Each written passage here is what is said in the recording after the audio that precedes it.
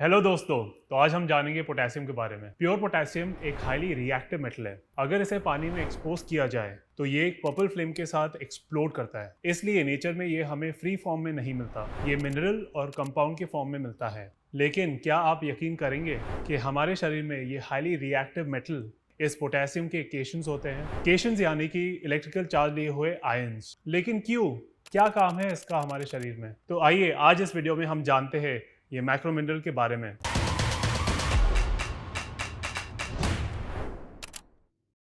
तो चलिए थोड़ी हिस्ट्री जानते हैं पोटेशियम के बारे में। बहुत ही इंटरेस्टिंग है। देखिए, पोटेशियम के जो केशन होते हैं इनको जीवन का सबसे डोमिनेंट केशन बताया जाता है। ऐसा इसलिए क्योंकि जो लिविंग सेल्स होते हैं उनके सेल मेम्ब्रेन में होते हैं K+ यानी कि पोटेशियम के पॉजिटिव आयंस, और बाहर की तरफ Na+ और Cl- यानी कि सोडियम के पॉजिटिव आयंस और क्लोराइड के नेगेटिव आयंस। ये जो सेल मेम्ब्रेन के अक्रॉस एक्टिवली मेंटेन किया हुआ इम्बैलेंस है, इससे -40 से लेके -70 तक का पोटेंशियल डिफरेंस बनता है। और क्या आप जानते हैं सेल मेम्ब्रेन की थिकनेस कितनी होती है? केवल 5 से 10 नैनोमीटर।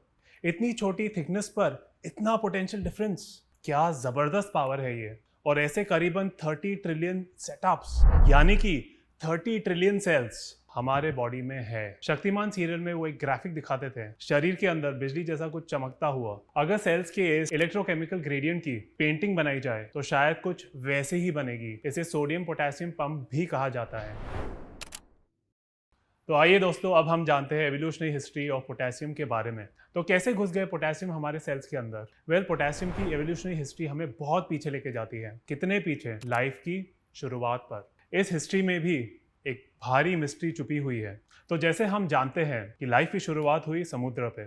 वहाँ पे नमक यानी कि सोडियम क्लोराइड खूब होता है। अगर पीरियोडिक टेबल को देखा जाए तो सोडियम भी पोटेशियम की तरह भड़कने वाला एलिमेंट है, लेकिन इसके बावजूद सारे लिविंग सेल्स में पोटेशियम होता है और सोडियम होता है बाहर। इस अरेंजमेंट को मेंटेन करना मजाक नहीं है। इसके लिए काफ़ी एनर्जी की ज़रूरत पड़ती है। प्रोकैरियोट्स और यूकैरियोट्स, इन दोनों में ही इसे मेंटेन करने के बहुत ही कॉम्प्लिकेटेड तरीके हैं और साइंटिस्ट इसका जवाब ढूंढने में लगे हुए हैं। एक हाइपोथेसिस तो ये है कि जिंदगी ऐसे एनवायरनमेंट में ही इमर्ज हुई थी जहाँ पे K+ यानी कि पोटेशियम के आयंस का अबंडेंस था, जैसे कि क्ले मिनरल माइका के शीट्स के बीच के स्पेसेस। हालांकि साइंटिस्ट निकोले इन्होंने इसका कारण बताया है पोटेशियम और सोडियम के साइज के डिफरेंस। पेप्टाइड चेन के कार्बोनिल ग्रुप में जो ऑक्सीजन के अनायन है वे K+ के साथ टेम्परेरीली एसोसिएट होते हैं। इस तरह का स्टैटिक चार्ज अट्रैक्टर बनाते हैं। सोडियम के आयंस छोटे होते हैं और इस चैनल में फिट नहीं हो पाते। ये तो हुई एवोल्यूशनरी हिस्ट्री की बात। Now let's move on to ancient and modern history. Naturally occurring potassium salt यानी कि सॉल्ट पेटर और पोटैश सदियों से इस्तेमाल किए जा रहे हैं। सॉल्ट पेटर को मिडिल एजेस में खाना प्रिजर्व करने के लिए यूज किया जाता था। जब चाइना में गन पाउडर की इन्वेंशन हुई, ये उसका भी हिस्सा था। पोटैश सॉल्ट फर्टिलाइजर्स, इनमें भी ये इस्तेमाल किए जाते हैं। इन्हें पोटैश कहने के पीछे भी एक बहुत ही इंटरेस्टिंग रीजन है। देखिए, प्लांट्स पोटेशियम में रिच होते हैं, इसलिए लोग लकड़ियों और पत्तियों को जलाते हैं, उसकी राख को एक्सट्रैक्ट करते थे और उसमें से पोटेशियम सॉल्ट निकालते थे। इसी तरह पोटैश शब्द आया पॉट और ऐश से, यानी कि बर्तन में रखी हुई राख। 1807 में हम्फ्री डेवी ने इलेक्ट्रोलिसिस के जरिए पोटेशियम को आइसोलेट किया। पोटैश से ही डिराइव करके उन्होंने इस एलिमेंट का नाम रखा potassium.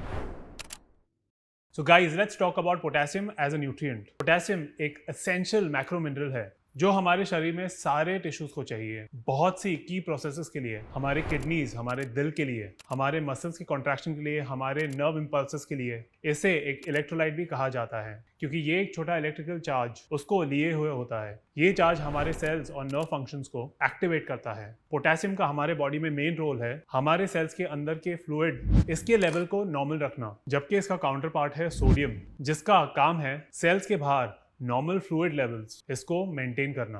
Potassium normal blood pressure maintain करने में भी मदद करता है। नेशनल एकेडमी ऑफ मेडिसिन के अकॉर्डिंग पोटेशियम का एक सफिशिएंट इंटेक होना चाहिए 14 से 18 साल के फीमेल्स के लिए 2300 mg पर डे, और जो 19+ हो उनके लिए 2600 mg पर डे, और स्पेशल पॉपुलेशन यानी कि प्रेग्नेंट वुमेन के लिए 2900 mg per day. 14 to 18 years के मेल के लिए 3000 mg पर डे, और 19+ की उम्र वालों के लिए 3400 mg पर डे। अब हम जानते हैं अगर उसकी डेफिशिएंसी होगी तो क्या प्रॉब्लम्स आ सकते हैं।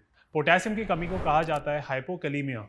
इससे बहुत सी हेल्थ प्रॉब्लम्स हो सकती है, जैसे कि high blood pressure, kidney stones का risk, cramping, irregular heart beat, हड्डियों में कैल्शियम लेवल कम हो जाना। नॉर्मली ब्लड सीरम में पोटेशियम का लेवल्स होना चाहिए 3.6 मिलीमोल्स पर लीटर, पर अगर किसी को किडनी की बीमारी है तो उसके लिए ये कट ऑफ पॉइंट और भी नीचे हो जाता है। अगर किसी को माइल्ड पोटेशियम डेफिशिएंसी है तो उसके सिम्टम्स होते हैं कॉन्स्टिपेशन, थकान, मसल्स में कमजोरी, अच्छा महसूस ना करने की एक जनरल फीलिंग। और अगर पोटेशियम लेवल 2.5 मिलीमोल पर लीटर से कम हो जाए तो डॉक्टर्स इसे मॉडरेट टू सिवियर डेफिशिएंसी की कैटेगरी में डालते हैं। तो उसकी वजह से क्या क्या हो सकता है? बहुत ज़्यादा यूरिन बनना, glucose intolerance, muscular paralysis, breathing problems, जिन लोगों में दिल की बीमारी है उनकी हार्ट रिदम में बदलाव, जिन्हें किडनी डिजीज हो वे कंफ्यूज महसूस करते हैं। सिवियर डेफिशिएंसी दिल को नेगेटिवली अफेक्ट करती है। और अगर टू मच पोटेशियम हो जाए तो क्या होगा?